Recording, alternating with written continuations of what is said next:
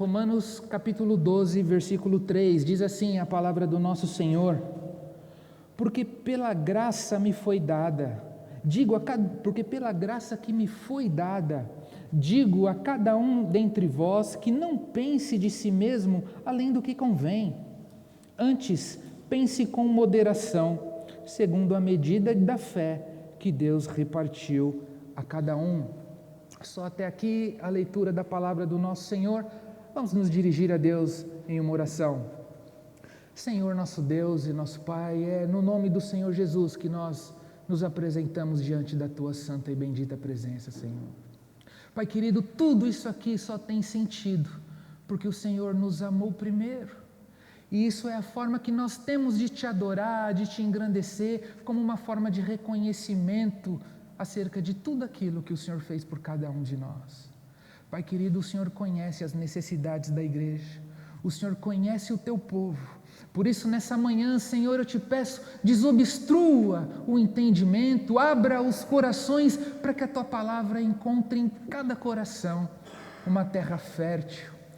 Que ninguém saia daqui da mesma maneira que entrou, Senhor, mas que todos saiam fortalecidos e edificados pelo poder da Tua santa e bendita palavra. Assim nós oramos e já Te agradecemos no nome do Senhor Jesus, o nosso querido Salvador. Amém. Meus irmãos, ao longo de todo o capítulo, do capítulo 1 ao capítulo 11 da epístola do apóstolo Paulo aos Romanos, ele discorre com profundidade acerca das principais doutrinas, como a justificação, a eleição, a predestinação. Mas é no capítulo 12 que o apóstolo Paulo inicia então a parte prática da sua carta. É a partir do versículo 12 onde o apóstolo Paulo começa a dar exemplos práticos para que um crente faça uso de tudo aquilo que ele havia ensinado nos capítulos anteriores. E, a bem da verdade, nós sabemos que uma vida cristã realmente transformada pelo Espírito de Deus, ela é manifestada por meio de atitudes que condizem com o Evangelho de Cristo. Então, no verso que acabamos de ler, esse versículo 3 do capítulo 12 de Romanos, o apóstolo Paulo ele enfatiza a importância de se fazer uma autoavaliação sóbria e moderada com relação a nós mesmos. Nós precisamos fazer constantemente esse tipo de avaliação para não incorrermos no risco de nos perdermos na caminhada. Então, perceba, meus irmãos, que nesse versículo 3, o apóstolo Paulo ele sugere que qualquer tipo de pensamento excessivamente positivo ou negativo sobre nós mesmos pode ser absolutamente prejudiciais, pois eles acabam desenvolvendo dentro de nós distúrbios relacionados à nossa própria autoimagem, distúrbios relacionados à importância que de fato nós temos dentro do reino de Deus. E o que é pior, muitas vezes quando olhamos muito para nós temos uma tendência pecaminosa de olhar os outros como se todos os demais irmãos estivessem sempre abaixo de nós. E o apóstolo Paulo tem essa preocupação porque ele sabe que nós temos essa inclinação. E ele exorta o seu povo para que não haja assim. Então, de modo geral, ele está nos ensinando que uma atitude equilibrada é essencial para uma vida cristã saudável. E é interessante notarmos também, meus irmãos, que essa exortação que ele faz no versículo 3 acontece logo depois dele dar duas instruções extremamente importantes no versículo 1, onde ele desafia os crentes a apresentarem os seus corpos como sacrifício vivo a Deus, e no versículo 2, onde ele afirma que nós precisamos ser transformados pela renovação da nossa mente. Então, depois dessas duas instruções que o apóstolo Paulo dá, ele nos instrui para que nós tenhamos uma vida verdadeiramente exemplar, uma vida verdadeiramente transformada. Ele faz essa aplicação dentro do contexto de uma vida em comunidade, ou seja, uma vida dentro da igreja. Como que nós devemos nos comportar dentro da igreja? Como que nós temos que lidar com os demais irmãos, com o talento que cada um recebeu, com os dons que Deus, pela sua graça, compartilhou entre os irmãos da igreja? E é isso que nós vamos tratar aqui nessa manhã. Nós vamos nos aprofundar um pouco mais nesse versículo 3. E vocês perceberão como a Bíblia ela é fantástica, porque ela consegue nos ensinar muita coisa em poucas palavras. E a primeira lição que o texto nos ensina, ou seja, a primeira lição que nós podemos extrair desse versículo 3 que nós lemos nessa manhã, acerca de como devemos andar, como devemos agir dentro do seio da igreja, ele deixa manifestado logo na primeira parte do texto. Mas antes de entrar nisso, eu quero apresentar para vocês o tema desta manhã, para que vocês guardem aquilo que eu pretendo ensinar ao longo de toda essa mensagem. O tema da mensagem de hoje, meus irmãos, é: tenha sempre uma visão equilibrada acerca de si mesmo. Tenha sempre uma visão equilibrada acerca de si mesmo. E o apóstolo Paulo começa ensinando acerca disso logo na primeira frase, quando ele diz: porque pela graça que me foi dada, digo a cada um de vós.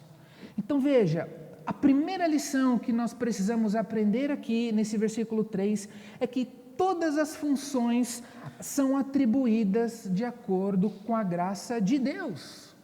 Quando nós temos essa consciência, fica mais fácil a gente ter uma visão moderada acerca de nós mesmos. Então veja, a expressão "porque pela graça que me foi dada" fica evidenciada logo na largada de que é uma expressão que indica autoridade, uma autoridade apostólica que o apóstolo Paulo recebeu. O apóstolo Paulo ele não fala com base nos seus próprios impulsos, mas ele fala com a igreja, ele fala com aqueles crentes de Roma pela autoridade ministerial que o próprio Deus lhe concedeu. Então veja, o apóstolo Paulo ele está revestido de uma autoridade advinda do céu, e é com base nessa autoridade que ele tem, é que ele passa então a exortar o povo de Deus ali em Roma. Então veja, é como se o apóstolo Paulo tivesse uma procuração para que ele pudesse falar e exortar em nome do próprio Senhor. E o que isso nos ensina logo nesse primeiro momento? Isso nos ensina, meus irmãos, que nenhum exercício legítimo do ministério cristão se fundamenta nos impulsos oriundos de uma iniciativa humana, nem na autoproclamação dos homens, mas sim no chamado soberano de Deus. Ou seja, a verdadeira autoridade que um homem de Deus tem, aquilo que de fato outorga o exercício do seu ministério, não se baseia numa autopropagação. Antes, o que de fato legitima alguém a falar em nome do Senhor, a agir em nome do Senhor, é a autoridade que o próprio Deus concede, é o chamado soberano do próprio Deus. E veja, quando a gente tem essa consciência, quando a gente percebe isso nos ajuda a cultivar uma postura humilde em todas as esferas da nossa vida, mas em se tratando no âmbito da igreja, isso nos ajuda a cultivar a humildade, porque nós aprendemos que toda autoridade vem de Deus. Logo, nós não podemos almejar ocupar posições dentro da casa de Deus, visando o status, ou uma autopropagação, ou algum tipo de reconhecimento pessoal. Esse tipo de motivação não pode encontrar lugar dentro do nosso coração.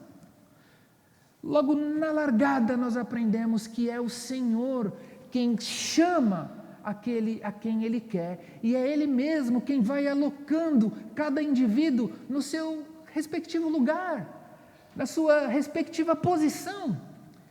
E isso não abre espaço para qualquer tipo de vanglória, porque é o próprio Deus quem recruta aqueles a quem Ele chama. aqueles a quem Ele quer que execute determinadas funções dentro da sua casa. E saber disso também nos ajuda, na verdade, nos alerta, melhor dizendo, contra as falsas lideranças. Meus irmãos, nós vivemos num mundo onde muitas pessoas confundem o desejo pessoal com a vocação divina. Nós vivemos num mundo onde muitas pessoas confundem a autoridade conferida por Deus, a influência meramente humana e forçada, fruto de um carisma de alguém. Nós precisamos ter esse discernimento. Nós precisamos saber que aqueles que de fato foram chamados por Deus, esses apresentarão frutos espirituais, frutos que glorificam a Deus. E veja, quando a gente aprende isso, com base nisso que o apóstolo Paulo escreveu, nesse versículo 3, nós aprendemos uma segunda lição. E a segunda lição que o texto nos ensina para que tenhamos uma visão equilibrada acerca de nós mesmos é que devemos rejeitar todo pensamento elevado a respeito de nós mesmos. Nós devemos rejeitar de forma contundente todo pensamento elevado a respeito de nós mesmos. Olha o que ele diz. Quando ele fala assim, não pense de si mesmo além do que convém, antes pense com moderação. Olha como o apóstolo Paulo ele é cuidadoso nas instruções que ele faz, porque ele não quer que ninguém se ensoberbeça a respeito de nada. O apóstolo Paulo ele exorta aquele povo a que ninguém pense a respeito de si mesmo, além do que convém. E como que nós podemos entender isso? O que é, de fato, aprender a pensar a respeito de si mesmo, além do que convém? O que é isso na prática? O apóstolo Paulo aqui, ele está claramente, meus irmãos, nos ensinando, nos advertindo contra qualquer tipo de orgulho e contra qualquer tipo de autoimagem inflada. O apóstolo Paulo quer que tenhamos cuidado com relação a isso, porque o aplauso dos homens podem de forma sutil fazer com que a gente ache que de fato nós realmente somos bons o suficiente, independente da mão de Deus ou não. E o apóstolo Paulo rejeita imediatamente essa ideia, e não é isso que ele quer que os irmãos pensem.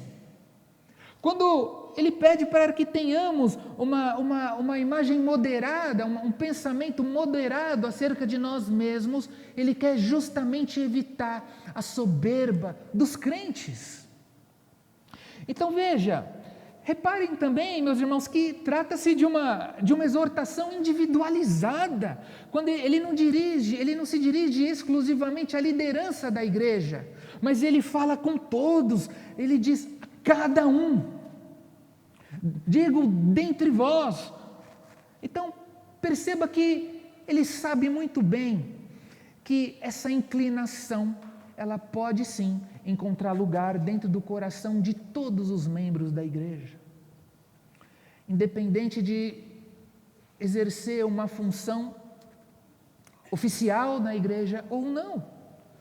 Ele nos exorta à vigilância constantemente, porque isso é um veneno sutil, que quando alcança lugar no coração de alguém, é uma prévia, é um início de uma derrocada na vida ministerial de quem quer que seja. Então veja, um ponto que vale a pena destacar aqui, meus irmãos, é que a palavra grega que foi traduzido aqui como pense, ela refere-se não apenas a um pensamento intelectual, fruto de uma reflexão acerca de si mesmo, mas ela também corresponde a uma atitude interior. O que isso significa? Significa que o apóstolo Paulo ele está se referindo não só apenas à forma como a pessoa se enxerga, mas também à forma com que a pessoa age diante dos outros. Veja como o pensamento vai conduzindo o comportamento. O pensamento que eu tenho a respeito de mim mesmo, O pensamento que você tem a respeito de si mesmo vai balizar a sua atitude diante dos homens.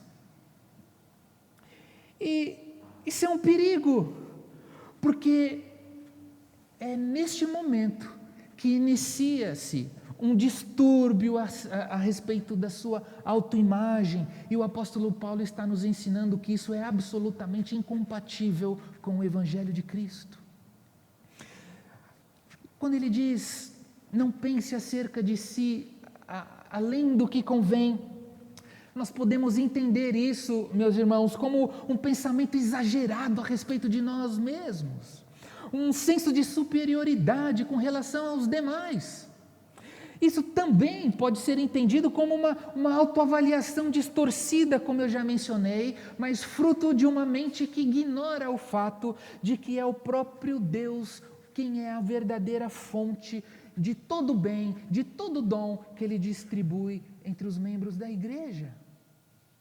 Quando a gente não pensa com clareza a respeito disso, nós temos a tendência de achar que o Senhor me usa mais que os outros, de que o meu talento é mais bonito do que os outros, de que a minha real importância é infinitamente superior à dos outros. E o apóstolo Paulo está nos ensinando que esse tipo de pensamento não pode encontrar lugar na nossa mente, porque nós precisamos reconhecer que todo talento é dado por Deus, que todo dom é distribuído por Deus segundo a sua graça, de acordo com as necessidades da igreja. E quando eu acho que o talento que eu tenho é superior ao do outro, nas entrelinhas eu estou afirmando de que o dom que Deus deu para aquele outro indivíduo, para aquele outro irmão, não é tão eficaz quanto o meu. Isso é um perigo, e é um perigo que tem derrubado muitos irmãos, muitos ministérios que começou muito bem, terminaram muito mal, por conta dessa postura, por conta dessa arrogância que vai encontrando lugar no coração e vai inflando o ego do indivíduo. E veja, como ele complementa dizendo, antes pense com moderação, veja como é um contraste absoluto com relação àquilo que ele diz anteriormente. Uma pessoa que pensa com moderação a respeito de si mesmo, ela mesma refreia todos os impulsos de autopromoção, todos os impulsos de pensamento elevado acerca de si mesmo. E pensar com moderação, meus irmãos, transmite a ideia de equilíbrio, de prudência, de domínio próprio e de humildade. É exatamente assim que o nosso Senhor agiu. E é exatamente assim que o apóstolo Paulo espera que aqueles crentes que de fato tiveram a vida verdadeiramente transformada, assim hajam. E veja, é uma atitude totalmente oposta à arrogância. Mas o inverso disso também não é esperado. Uma atitude autodepreciativa, repleta de autocomiseração, também não é ideal. Então, a arrogância não é positiva, assim como também a autodepreciação não é. É exatamente por isso que o apóstolo Paulo diz que nós devemos pensar com moderação, porque nós não podemos estar nem num extremo e nem no outro, porque tanto uma forma de pensar quanto outra é fruto de um pensamento egocêntrico, onde o indivíduo tem a si mesmo como o ponto central de todas as coisas. E nós precisamos tomar cuidado com isso. Essa é mais uma lição que o apóstolo Paulo nos dá. Moderação com relação aos pensamentos que temos acerca de nós mesmos. E ele continua, porque quando a gente tem essa perspectiva, quando a gente compreende a importância de pensar com moderação, a gente percebe que nós encontramos de fato um equilíbrio e nós adquirimos o nosso senso de importância real dentro da igreja do Senhor e diante da presença de Deus, o nosso valor real diante de Deus. Porque eu sei que se Deus me concedeu talentos, Deus também concedeu talentos para os outros, ainda que esses talentos sejam diferentes do meu. Nós não podemos permitir que a vaidade ofusque o brilho que pertence única e exclusivamente a Deus. O Senhor distribuiu dons para cada um de nós. Alguns têm o talento de cantar, outros de pregar, outros de administrar as coisas. O ponto que eu quero chegar é que alguns ficam um pouco mais expostos diante da igreja, enquanto outros trabalham nos bastidores. Mas o que precisa de fato nos conduzir não é o aplauso dos homens, mas é a aprovação do Senhor. Não importa se ninguém te vê, não importa se entre os homens você não tem o reconhecimento que supostamente você acha que merece. O que nós precisamos aprender é que os olhos de Deus contemplam a atitude daqueles que Ele chama. E o próprio Senhor há de recompensar cada um segundo as suas obras. Portanto, nós devemos reconhecer que o Senhor distribui múltiplos talentos entre a igreja, cada um na sua função, cada um com as suas especificidades, cada um exercendo com fidelidade o seu papel. Quando isso acontece, a igreja do Senhor é edificada. Meus irmãos, quando nós olhamos para aquela cruz, quando nós vemos o Senhor derramando o seu sangue por cada um de nós, mesmo Ele sendo perfeito, sem nunca ter pecado, nós percebemos que de fato não há lugar para qualquer tipo de vaidade em nós, porque é tudo dele, para Ele, por meio dele. É Ele quem distribui os talentos conforme Ele deseja. E se Ele decidiu nos abençoar com algum talento, nós não devemos achar que isso vem do nosso próprio mérito. Nós não devemos nos ensoberbecer diante daquilo que o Senhor colocou em nossas mãos. Nós precisamos estar em vigilância constantemente, porque não cabe a um servo de Deus agir com arrogância ou se sentir superior aos demais irmãos. Todos pecaram e destituídos estão da graça de Deus, mas é a própria graça que nivela todos nós. Todos têm a mesma importância na casa do Senhor. Por mais aparentemente simples que seja o seu trabalho aqui, como eu mencionei, talvez aquilo que você faz, poucas pessoas veem, mas se você for fiel naquilo que o Senhor te incumbiu, tenha certeza que o Senhor vai te abençoar cada vez mais, ainda que você não receba o aplauso dos homens. Veja, o mesmo apóstolo Paulo, ele dá uma orientação muito preciosa na sua segunda carta aos Coríntios, no capítulo 10, nos versos 17 e 18, onde ele diz: aquele, porém, que se glorie-se no Senhor, porque não é aprovado quem a si mesmo se louva, e sim aquele a quem o Senhor louva. Então, mais uma vez, o apóstolo Paulo está batendo firmemente nessa tecla.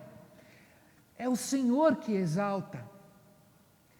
E o Senhor Jesus disse também numa determinada ocasião que aquele que a si mesmo se exalta será humilhado. Não sejamos nós aqueles a quem o Senhor há de abater. E uma terceira lição que o texto nos apresenta aqui nesse versículo 3, a fim de que tenhamos sempre uma visão equilibrada acerca de nós mesmos, é que devemos cultivar a moderação com base na fé que Deus concedeu a cada um de nós. Essa é a terceira lição nesse versículo 3.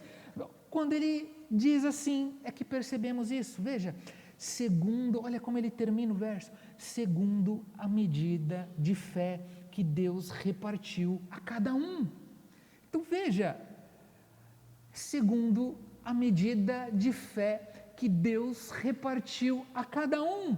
Então veja que é a medida de fé que Deus concede a cada um, é que deve ser de fato o padrão do nosso comportamento. Cada um deve agir dentro dos espaços que Deus lhe concedeu. E essa medida, meus irmãos, ela é sempre suficiente para nos impulsionar a agir com confiança os dons que o Senhor nos deu. É essa medida de fé que faz com que a gente tenha coragem suficiente de exercer com ousadia todo o dom que o Senhor colocou em nossas mãos, toda a responsabilidade que o Senhor nos atribuiu. Portanto, nós precisamos entender muito bem isso. Se o Senhor te chamou, Ele vai te capacitar, porque Ele também te dá a medida de fé suficiente para exercer a função a qual Ele te designou. Muitas vezes nós olhamos para nós mesmos e nos sentimos tão pequenos, tão incapazes de fazer qualquer coisa que seja. Quando a gente é honesto com a gente mesmo, quando a gente sonda o nosso coração, muitas vezes a gente se sente completamente indignos de fazer qualquer coisa que seja dentro da casa do Senhor. Mas nós precisamos, ao mesmo tempo, nos lembrar de que o Senhor que derrama graça sobre nós, e esses talentos que Ele colocou em nossas mãos, não são frutos dos nossos méritos pessoais, são oriundos da graça e da bondade de Deus. Quando a gente entende isso nos fortalece, isso nos enche de coragem de continuar servindo a Deus com fidelidade, com alegria, com disposição. Logo, meus irmãos, essa disposição, essa alegria, a gente pode entender isso como o serviço, na verdade, é sempre proporcional ao dom que Deus nos deu. Nós não seremos cobrados por um dom que Ele não deu. Nós não seremos cobrados por um dom que nós não recebemos. É justamente pelo contrário. Seremos cobrados por aquilo que Deus nos deu, mas que nós não tivemos coragem de usar. É isso que nós daremos conta. E nós teremos a ousadia de usar os talentos que Deus nos dá, quando nós reconhecemos que Ele distribui os seus dons de acordo com a medida de fé de cada um. Tudo aquilo que é necessário para exercer a função que Deus te designou, Ele mesmo aperfeiçoará isso dentro de cada um de nós. Nós só precisamos ter a coragem de pôr a mão na massa. Nós só precisamos ter a coragem de fazer. E quando a gente tem essa ótica renovada, quando a gente tem a nossa mente transformada com essa certeza, com essa convicção, nós aprendemos que nós não devemos nos comparar a quem quer que seja, porque cada um tem um talento diferente dado pelo próprio Senhor. Nós devemos reconhecer que os dons são dados pela graça, e que se os dons são dados pela graça, significa que o Senhor atribuiu a cada um aquilo que Ele sabe que será necessário para a edificação do corpo de Cristo. Quando a gente entende a importância dessa quantidade múltipla de dons espalhados na igreja, nós percebemos a manifestação da multiforme graça e sabedoria de Deus, como Deus cuida de tudo e ao mesmo tempo Ele mesmo se encarrega de preparar as pessoas para o exercício de todas as funções no corpo de Cristo. Veja, meus irmãos, conta-se que uma orquestra sinfônica estava se preparando para uma apresentação.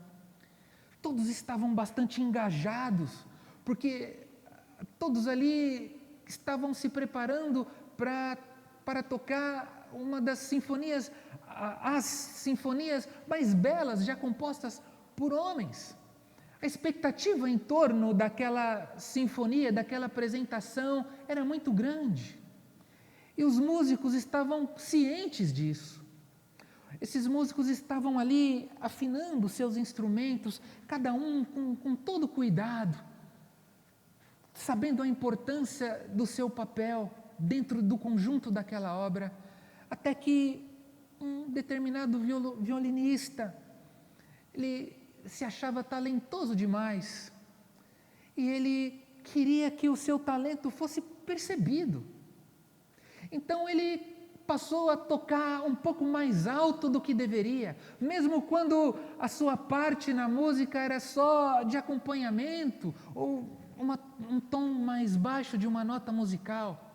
Mas ele não respeitou, porque ele queria ser enxergado. E não demorou muito, no ensaio ele começou a destoar, porque ele chamou a atenção, porque ele estava tocando de uma forma diferente dos demais. E, obviamente, estando todos eles sob a batuta de um maestro experiente, olhou para aquele homem e disse: filho, você tem um talento, é indiscutível, mas você está usando o seu talento com falta de sabedoria. Aquelas palavras foram ditas com a convicção de alguém que, por conta da experiência, sabia exatamente o que estava se passando na cabeça daquele músico inexperiente. O que eu quero dizer com tudo isso, meus irmãos? Assim como numa orquestra, o que é mais importante é a unidade e não o destaque individual. O mesmo acontece no corpo de Cristo. O Senhor não nos chama para sermos pessoas de destaque. O Senhor nos chama para sermos estrelas dentro da igreja. O Senhor não nos chama para sermos estrelas na igreja. O Senhor nos chama para sermos luzes no mundo, astros luminosos que resplandecem no meio dessa geração incrédula e perversa. É esse o nosso chamado. O Senhor não nos chamou para sermos estrela dentro da igreja. O Senhor nos chamou para brilharmos diante da negridão desse mundo, diante das trevas desse mundo. Nós precisamos reconhecer o nosso real lugar. Assim como aquele violinista deveria tocar com humildade, reconhecendo o seu papel dentro de todo o conjunto, nós precisamos agir da mesma forma. Nós não devemos ter o desejo de destoar de ninguém. Nós não devemos almejar brilhar mais do que o outro. Nós devemos simplesmente nos contentar em agir com fidelidade dentro daquilo que o Senhor nos designou. A nossa preocupação deve ser simplesmente agir com fidelidade no ministério que Deus colocou em nossas mãos. Nós não devemos ser motivados pelos aplausos dos homens, pelo reconhecimento dos homens.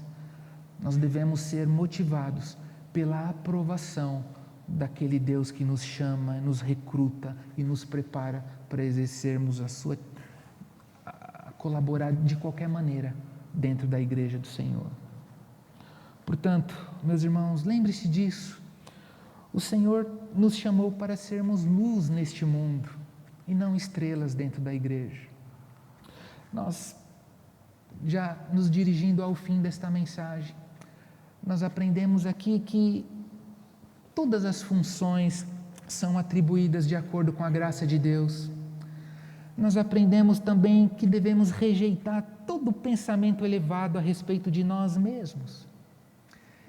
E a terceira lição, nós aprendemos que nós devemos cultivar com moderação, com base na fé que Deus concedeu a cada um de nós. É assim que nós devemos viver, com humildade, reconhecendo que o outro também foi agraciado por Deus com talentos diferentes do meu, mas também com um talento necessário para exercer dentro da igreja. edificando o corpo de Cristo, cooperando para o progresso da igreja. Nós não devemos nos comparar a ninguém. E hoje o Espírito Santo nos desafia a fazer uma autoanálise também. Será que nós estamos incorrendo nesse mesmo erro que o apóstolo Paulo tanto procurou fazer com que os cristãos evitassem?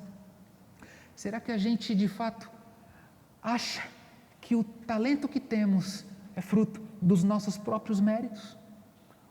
Ou será que nós estamos atribuindo a glória a quem de fato merece? Será que nós atribuímos as nossas conquistas a Deus? Ou nós absorvemos o louvor dos homens, o aplauso dos homens, como uma confirmação de que de fato nós somos especiais demais? Nós precisamos pensar nisso. O apóstolo Paulo, ele diz em Filipenses, no capítulo 2, entre os versos 3 e 4, assim: nada façais por partidarismo ou vanglória, mas por humildade, considerando cada um os outros superiores a si mesmo. E eu termino essa mensagem, meus irmãos, fazendo mais uma vez uso das palavras de Paulo, em Filipenses, no capítulo 2, entre os versos 5 e 8, onde ele diz assim: tende em vós o mesmo sentimento que houve também em Cristo Jesus, pois ele, subsistindo em forma de Deus, não julgou com usurpação ser igual a Deus. Antes, a si mesmo se esvaziou, assumindo a forma de servo, tornando-se à semelhança de homens, e reconhecido em figura humana, a si mesmo se humilhou, tornando-se obediente até a morte, e a morte de cruz. Se o nosso Senhor foi humilde, nós não devemos almejar ser diferente daquele quem nos chamou. Que essa palavra encontre lugar em cada coração e que o Senhor nos ajude a sermos não somente ouvintes, mas praticantes daquilo que nós aprendemos nessa manhã. Que Deus abençoe todos vocês de forma poderosa. No nome do Senhor Jesus. Amém.